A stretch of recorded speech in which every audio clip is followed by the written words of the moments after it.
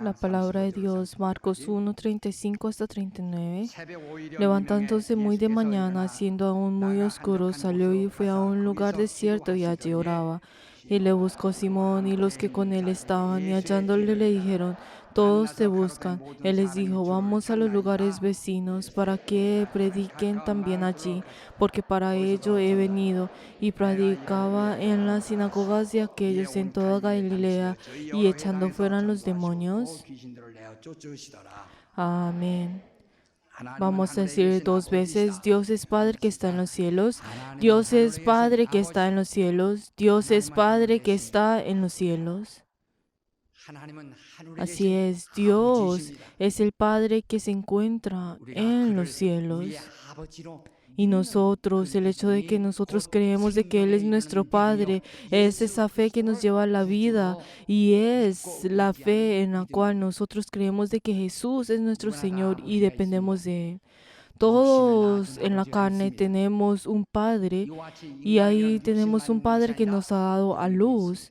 Y también no solamente tenemos la carne, sino también tenemos el Espíritu. La carne es una existencia que solamente vive por un tiempo, pero el espíritu es un espíritu que vive por toda la eternidad. Y queridos hermanos, ustedes y yo somos seres espirituales, por eso tenemos los diferentes sueños, tenemos las diferentes visiones, tenemos la filosofía, porque somos seres espirituales. Y nosotros también tenemos a un Padre de nuestro espíritu.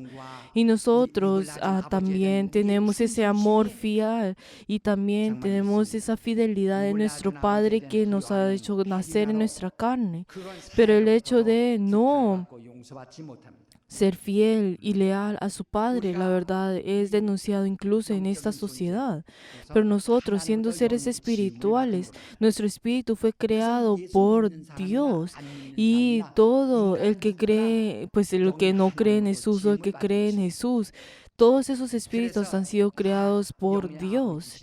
Y Él, no solamente tenemos que creer en Dios que creado nuestro espíritu, sino el que no cree esto es aquel que ha caído y caerá. Y es como esa persona, como el hijo pródigo que ha abandonado a su padre. Uno tiene que conocer al Padre y tiene que recordar al Padre, pero abandonan esto y caen. Por eso abandonan al Padre.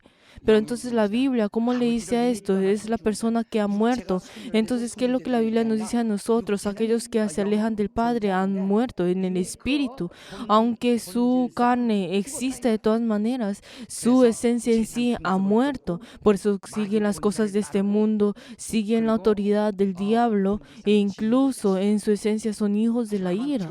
En otras palabras, son los hijos de la maldición. Sin embargo, nosotros ahora hemos recibido la salvación en Cristo. ¿Qué significa esto? Que hemos nacido de nuevo, que la salvación es nacer de nuevo. El nacer de nuevo es volver a Dios. Nosotros que hemos abandonado a Dios, ahora volvemos a Él. Nosotros que éramos hijos de la ira, ahora nos hemos convertido en hijos santos de Dios. Hemos vuelto a Él. A esto se les llama a aquellos que viven. ¿Qué fue lo que el Padre dijo a su hijo pródigo que había vuelto a Él? Mi hijo ha vuelto a vivir, he encontrado a mi hijo. Por eso nosotros, al volver a Dios, ahora volvemos a conocerle a Él. Ahora nosotros somos esos hijos pródigos que hemos vuelto a Él. Pero esos incrédulos todavía son los caídos que no han vuelto a buscar al Señor. Por eso los incrédulos y nosotros tenemos espíritus, y nosotros somos seres espirituales, y nosotros tenemos a un Padre que ha dado a luz a nuestro espíritu. Pero la verdad, esto no significa un tipo de doctrina. No estamos diciendo que Dios es Padre como si fuera un tipo de doctrina, sino que es nuestra experiencia.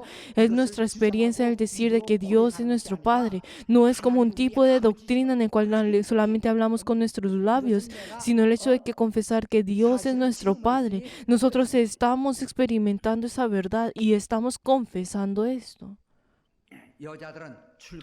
Si vemos a las mujeres que se casan, ellos tienen su padre que les dio a luz y también tienen a su suegro. Y su padre es el padre que le ha dado pues vida a su carne, que ha dado a luz a su carne, pero su suegro es es el esposo, es el padre de su esposo y vive con él. Pues en el pasado vivían con él, pues en Corea, pero entonces nosotros podemos decir de que pues uno, aunque pueda estar viviendo ahora con su suegro, pero de todas maneras en su corazón siempre recordará a su padre que le ha dado la luz y no le traicionará. Y incluso cuando, digamos, si esa persona sí se casa y ahora pues tiene hijos, pero esos hijos ahora pues respetará a su padre porque su padre se convertirá en el abuelo de sus hijos y se acercará más a él. Pero la verdad es que Dios no es con nosotros como esa relación como suegro, sino que Dios es aquel que nos ha dado luz a nosotros. Por eso nosotros al tener nuestra vida de fe, del hecho de que si nosotros no aceptamos el hecho de que Él es nuestro Padre y si no podemos experimentar esto, entonces tenemos nuestra vida de fe a medias y no podemos experimentarlo a un 100%. Tenemos que saber de que Dios es nuestro Padre y nosotros, nuestro Padre en la carne, tenemos una simpatía y amamos a nuestro Padre. Y nosotros tememos de que Él es aquel que nos ha nacido, ha hecho, dado luz a nosotros. Pero entonces, la primera vez cuando yo tuve mi vida de fe, la verdad tuve dificultad en aceptar de que Dios era mi Padre. Pero entonces tuve que experimentar esto. Si nosotros vemos en el orfanato, hay algunos huérfanos y ellos no tienen padres, pero ellos entran en el registro familiar del director y también incluso reciben el apellido de esa persona. Pero entonces, aunque en sus registros civiles son personas que, pues esos huérfanos pertenecen al registro civil de ese director, pero no son personas que le han dado luz a esos huérfanos. Pero entonces podemos ver de que hay una gran diferencia entre las personas en el verdadero padre y la persona pues que solamente ha estado en el registro civil porque no entiende. Pero queridos hermanos, nosotros no estamos llamando a Dios Padre como según la doctrina, sino que nosotros es aquel que nos ha dado luz a nosotros. Nos ha dado luz a cada uno de nosotros. Por eso, nosotros, ese testimonio de que nosotros somos hijos de Dios, ¿qué es? De que Cristo está dentro de nosotros, porque Cristo vive dentro de nosotros. Si nosotros vemos en la Iglesia Católica, había un escrito que un santo había escrito, pero entonces, ¿qué decía ese escrito? Decía de que Jesús, ese era un invitado que venía en ellos cada vez que ellos cenaban o comían. Y pues era escrito pues de gran manera y personas piensan de que esto es algo muy santo, pero la verdad eso están separando a Dios, están separando a los santos con Cristo y la verdad yo no gusto de esto. ¿Por qué? Porque Cristo no es un invitado que viene a nosotros cada vez que comimos, sino que Él está dentro de nosotros, Él mora dentro de nosotros. Y esa es la razón por la cual yo he vivido, esa es la razón por la cual nací de nuevo y he vuelto a Dios. Por eso el hecho de que nosotros podemos llamar a Dios Padre y ese derecho que tenemos es porque Él está dentro de nosotros, porque Él mora dentro de nosotros. Y como Él mora dentro de nosotros, y entonces Jesucristo, ese Padre de Jesucristo se convierte en nuestro Padre. No es que se convierta en mi suegro porque es el Padre de mi esposo, sino que es aquel que me ha dado luz a mí. Él es el Padre que me ha dado luz a mi espíritu. Y como hemos vuelto a nacer y como ahora estamos en Él, ahora es la razón por la cual nosotros hemos nacido en Él. Y Él es nuestro Padre. Miremos la Biblia todos juntos. Primera Corintios capítulo 13, versículo 5. Leamos todos. Segunda Corintios 13, versículo 5, 2 Corintios 13, 5, vamos a leer todos juntos. Examinemos a vosotros mismos si estáis en la fe, probándoos a vosotros mismos. ¿O no os conocéis que vosotros mismos, que Jesucristo está en vosotros, a menos de que estéis reprobados? Así es, ¿qué es lo que nos dice? En el pasado, nosotros éramos personas abandonadas que nos habíamos alejado de Dios. Pero entonces, si nosotros no sabemos de que si nosotros mismos tenemos la fe y que Cristo está en nosotros, entonces hemos sido reprobados. Entonces, nos está diciendo que cada uno de nosotros debemos examinarnos si Cristo está dentro de nosotros. Nuestra fe que es de que Cristo mora dentro de nosotros. Pero si no sabemos esto, somos personas reprobadas. Entonces, ¿cuál es nuestra fe de que Jesús está dentro de nosotros si lo experimentamos a Él? ¿Qué es el experimentar? ¿Qué es la fe? Es que nosotros tenemos que experimentarlo a Él. Si nosotros no experimentamos esto, entonces somos abandonados, somos abandonados. Tenemos que saber de que Cristo está dentro de nosotros y el de saber esto es el experimentar en esto, de que nosotros somos hijos de Dios y ahora nosotros nos convertimos en hijos de Dios. Y esto es porque Cristo está dentro de nosotros. Ahora no vivo yo, sino es porque Cristo vive ahora dentro de nosotros. Y ese Cristo, ese Padre de Cristo se convierte en nuestro Padre. Y es algo que cada uno de nosotros tenemos que experimentar. No es que es un tipo de doctrina, es que nosotros somos hijos de Dios. No es un tipo de doctrina, sino que es nuestra experiencia, que Él es nuestro Padre. Él es nuestro Padre. Por eso, entonces, Cristo, el hecho de que nosotros esté entre nosotros. Ahora miremos Gálatas 4:6. Miremos todos juntos Gálatas 4:6. Si leemos todos juntos. Y por cuanto sois hijos, Dios envió a vuestros corazones el Espíritu de su Hijo, el cual clama, Abba Padre. Así es verdaderamente el Espíritu de Hijo está dentro de nosotros y nosotros a través de ese Espíritu nosotros podemos llamar al Padre, Padre Dios, Abba Padre. Pero entonces el hecho de que el que testifica, entonces así es aquel que nos testifica que el Espíritu está dentro de nosotros, de que Cristo está en nosotros. Miremos ahora Mateos 23:9, Mateos capítulo 23:9. Vamos a leer todos juntos. Y no llaméis Padre vuestro a nadie en la tierra, porque uno es vuestro Padre, el que está en los cielos. Así es. Ahora nos está diciendo que nosotros llamemos Padre a los que están al Padre en esta carne. ¿Por qué? Porque el que ha pues dado luz en esta tierra, en esta carne, es ese Padre que solamente pues nos ha creado esta carne. Pero ahora nos está diciendo que el Padre de nuestro espíritu es Dios. Y sabemos de que la carne no es algo espiritual y la carne es algo que nosotros tenemos por un tiempo determinado al vivir en esta tierra y tenemos muchas limitaciones a través de esta carne y nosotros a través de esta carne tenemos muchas debilidades, tenemos que comer, tenemos que sufrir, nos enfermamos, tenemos que morir, tenemos tristezas y a través de esta carne sentimos muchas debilidades e incluso en Hebreos 2:9 que dice que Jesús fue revestido de esta carne y Él, siendo el Hijo de Dios, Él se revistió de esa carne y Él tuvo muchas debilidades y limitaciones e incluso Él tomó esa carne siendo menor que los ángeles por un determinado tiempo. Si nosotros vemos en la carne, hay muchos momentos en los cuales nosotros pensamos, ay, quisiéramos que pues dejemos esta carne y ir al paraíso. Y la verdad, la carne es algo que nos da muchas limitaciones y la verdad no podemos alejarnos de esta carne, nosotros no podemos separarnos de esta carne. Esta carne es como un templo. Y aunque uno quiere dejar esta carne y ser libre, pero la verdad a través de esta carne no podemos tener esas libertades. Incluso el Hijo de Dios, como Él tuvo la carne, a través de esa carne Él tuvo esas diferentes dificultades y limitaciones. Y entonces así también tiene esas limitaciones en el espíritu, porque a través de esas limitaciones de la carne esto afecta y tiene esas limitaciones en el espíritu. Tiene esas limitaciones en el espíritu también. A través de esta carne.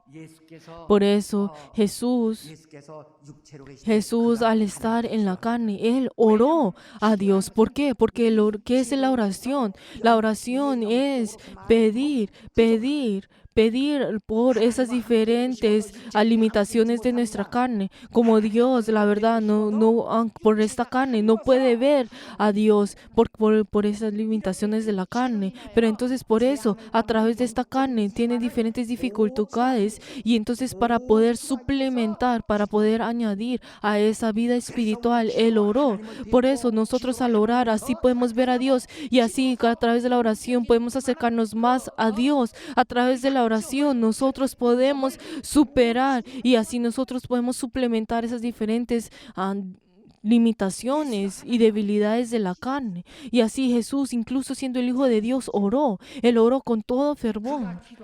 Él cuando oró, ¿cómo Él oró? Si nosotros vemos en Hebreos 5:7 que dice que Él oró orando en súplicas y en ruegos con gran clamor y lágrimas a aquel que lo puede librar de la muerte.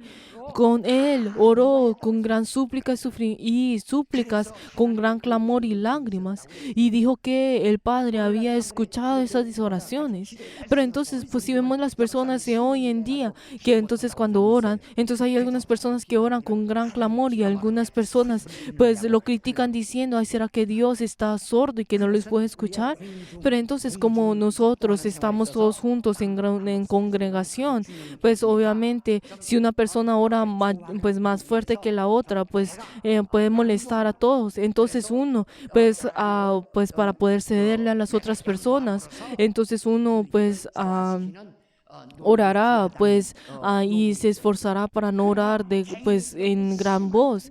Pero entonces cuando uno está solo, uno tiene que orar con gran clamor y lágrimas. Pero ¿será que cada uno de ustedes cuando estén orando, será que ustedes oran con gran clamor y lágrimas y oró con tanto fervor como Jesús, que sus sudor pareciera como gotas de sangre? ¿Será que ustedes han orado de esta forma?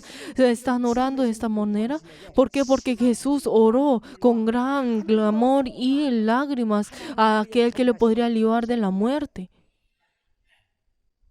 Él oró con todo fervor. Así es como también nosotros tenemos que orar. ¿Por qué? Porque la carne es débil. La carne es débil. Entonces como esta carne es débil, entonces esto afecta también y limita a lo espiritual. Entonces, ¿qué fue lo que Jesús dijo? Todo lo que ustedes, su corazón quiere orar, su corazón quiere ser santo, el corazón quiere vivir según como Dios, pero la carne es débil. La carne es débil y no puede hacer, y por eso cae en tentación una y otra vez. Pero entonces, ¿qué es lo que dice Mateos 23, 26, 41? Le dice que sus corazones desean, pero su carne es débil. También en Romanos 8:3, que dice, la ley, verdad es que la ley nosotros no la podemos cumplir y la ley nos condena a nosotros. Pero ¿cuál es la razón por la cual nosotros somos condenados? Es porque la carne es débil, porque la carne no puede cumplir toda la ley. Es porque la carne es débil, no puede cumplir. ¿Por qué? Aunque la carne dice que sea santo, la carne es débil y no lo puede ser. Aunque la ley dice que sea bueno a través de la carne, no lo puede hacer. Pero entonces nosotros, ¿cómo vamos a suplementar esas debilidades de la carne? Por eso Jesús nos dice a nosotros que nosotros tenemos que orar. Jesús, al estar en esta tierra, incluso siendo hijo de Dios, Él suplementó esas debilidades de la carne con la oración, orando una y otra vez. ¿Qué fue lo que los discípulos le dijeron a Jesús? ¿Por qué será que nosotros no podemos echar fuera demonios? Y Jesús, ¿qué fue lo que dijo? Aparte de la oración, ustedes no van a poder echar fuera demonios. Jesús, la verdad, siendo el Hijo de Dios, Él oró desde la madrugada para poder orar. Algunas personas dicen que la orar de la madrugada, la oración de madrugada es algo que los coreanos pues comenzaron, pero es algo que Jesús comenzó. Es algo que la Biblia nos dice a nosotros. También Jesús, a poder visitar otras personas, Él oró con todo fervor. ¿Será que ustedes lo están haciendo al visitar otras personas? Pero Jesús oró con todo fervor para poder orar. Él oró para poder predicar y echar fuera demonios y hacer esos diferentes poderes. Él oró con todo fervor. Hay algunas personas que critican a las otras personas por echar fuera demonios, pero esas personas es porque no han orado. Y son personas que no han orado, no han orado. ¿Por qué? Porque al orar, en ese momento se echan fuera demonios. ¿Qué es lo que dice la oración? La oración es la respiración. Y en 1 Corintios 12:13, que nos dice que nosotros hemos bebido del Espíritu, es porque nosotros, de la misma forma como nosotros respiramos a través del oxígeno, entonces nosotros al orar, así nosotros podemos estar llenos del Espíritu Santo y así podemos tener esa respiración. El hombre no puede aguantar la respiración por más de 4 minutos. Que la oración, de la misma forma, la oración es esa respiración, es algo que nosotros tenemos que respiramos espiritualmente. Y nosotros a través de esa oración, nosotros tenemos esa comunión. A través de la oración. ¿Qué fue lo que Jesús nos dijo a nosotros? Jesús, nosotros llamamos a Padre, al Padre de Jesucristo.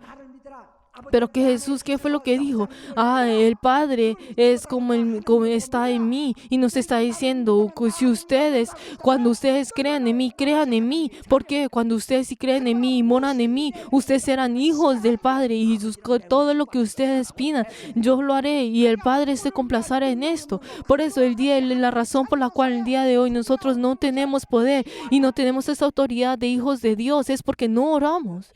Porque no oramos. Por eso nos está diciendo a nosotros que tenemos que orar. Nos está diciendo que nosotros oramos. Jesús nos ha mostrado ese modelo de la oración. Y incluso Jesús al estar en el trono y estar en los cielos, que dice que Él ahora en estos momentos está intercediendo por nosotros, está orando por nosotros, como nos dice en Romanos 8:34. Por eso el Espíritu Santo, ¿qué es lo que nos dice? Él es aquel que nos ayuda a nosotros con la oración y Él también suplica por nosotros, como dice en Romanos 8:26-27. Por eso, entonces nosotros, así como ellos oran, entonces nosotros, ¿cuánto más nosotros tenemos que orar? Por eso nosotros tenemos que orar para así mirarlo a Él y así nosotros vamos a estar llenos de Él para que Él pueda venir en cada uno de nosotros. Pero entonces, si nosotros no oramos, ¿cómo podemos decir de que Dios no existe, de que Él no nos está ayudando a nosotros? ¿Cómo podemos decir de esta manera? Queridos hermanos, nosotros al orar tenemos que acercarnos más a Él y nos tiene que ayudar en nuestra vida de fe y nosotros en la carne Él tiene que también tiene que suplementar esas diferentes debilidades de nuestra carne y esas limitaciones de nuestra carne. Tenemos que suplementar nuestra carne. Por eso esa es la razón por la cual nosotros oramos. Si nosotros vemos el profeta Daniel, era una persona que él oraba. Todos los profetas oraron con todo fervor, pero entonces Daniel al orar, él oró. ¿Cómo él oró él? Él oró la primera vez, él oró un día y él supo de que Dios había escuchado su oración y él esperó esa respuesta por 20 días. Él pues esperó por 20 días. Por 20 días. Pero hay algunas personas que hoy a lo contrario, oran 20 días y ni siquiera pueden aguantar 30 minutos y ahora pues comienzan a criticar a Dios. Pero Daniel, él oró una sola vez y él esperó 20 días. ¿Por qué? Porque él tuvo esa fe de que Dios había recibido esa oración y incluso él tuvo esa fe y esperó. Pero si vemos a Elías, ¿cuál es el profeta Elías? Él oró con todo fervor. Él oró con todo fervor delante de Dios y aunque no tuvo la respuesta, él oró una y otra vez. Primero él oró y luego la segunda vez, la tercera vez, él también puso su cabeza en sus rodillas y oró constantemente. Pero entonces sí, la razón por la cual había orado es porque Israel ahora, pues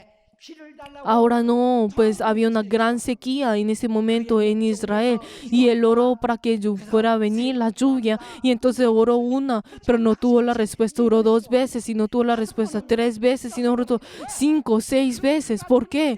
Pero él no desfalló, él pues fue en contra del Señor. ¿Por qué? Porque él oró delante de Dios, él oró y oró en súplicas delante de él y clamó delante de Dios viviente, pero él constantemente y él no levantó la cabeza, sino que le dijo a su sirviente, ay, mira a ver si hay respuesta. Dijo que no, y oró 1 y 7 veces y 8 veces, y con una gran determinación. Él tuvo sus cabezas en sus rodillas y él oró una y otra vez. Pero entonces, ¿qué fue lo que dijo ese sirviente? Ay, maestro, hay una nube como de tamaño de la palma. Pero entonces, aunque esa nube tan pequeña, entonces ¿qué esperanza puede ser esa nube tan pequeña que la verdad ni siquiera puede pues hacer llover? Pero Isaías, al ver esto, él tuvo fe al ver esto, y él supo, y él profetizó delante de él y el rey diciendo, ay, ustedes, por favor, pues rey, hay una gran nube y él vendrá esa nube, y la verdad vendrá el diluvio, vamos, preparémonos por ello. Pero entonces Isaías, al ver esa pequeña nube, él, la verdad, supo de que iba a venir esas grandes nubes, y la verdad, esa fe tan pequeña que él tuvo, la verdad, hizo grandes cosas. Y la verdad, yo también al edificar la iglesia, también edificar nuestra iglesia Sunam, la verdad comenzamos en un cuarto arrendado en la parte de Toronto, y entonces la verdad ese cuarto era tan pequeña que solamente 7 personas habían comenzado pues la iglesia. Pero la verdad, yo en ese momento, si hubiera orado, ay, dame 100,000 personas, pero entonces la verdad yo hubiera desfallado por 15 años. Pero entonces yo en ese momento había pedido por esa fe de pues como es de esa nube tan pequeña como la palma de la mano. Pero entonces yo había orado, dame 10 personas, solo dame 10 personas, dame 10 personas. Y oré una y otra vez de esa forma. Pero entonces, pues pero la verdad, entonces Dios al mirarme a mí hubiera dicho, ay, tú no tienes nada que avergonzarte. Pero entonces yo de todas maneras, pues oré delante del Señor, solo dame 10 personas, como esa fe, como es esa nube del tamaño de la palma, que es tan pequeño. Pero entonces yo vi quise tener esa fe, esa pequeña fe que era tan pequeño, pero de todas maneras yo quise pues tener esa fe y así pedir 10 personas, y así es como ahora construí yo, y ahora tenemos esa gran iglesia. Yo pues en ese tiempo pues como pagaba arriendo por ese pequeño cuarto para la iglesia, pero entonces también cada mes, entonces en ese momento pues la verdad era obvio pues que teníamos que pagar pues arriendo. Por eso yo comencé a pues tener pues a ir y a dirigir diferentes pues aviamientos para que así podía pues sostener a la iglesia a través del dinero que recibía en los aviamientos. Pero a partir de ese momento pues oraba mucho para que así podamos que nuestra iglesia, así podamos pues tener nuestra iglesia y construir la iglesia, porque no teníamos esa iglesia. Pero entonces yo a partir de ese momento habíamos pues formado esa oración, esa ofrenda de construcción, en el cual pues solamente habíamos pues ofrendado solamente $5 dólares, y en el cual era algo tan pequeño. Pero la verdad en ese momento pues comenzábamos a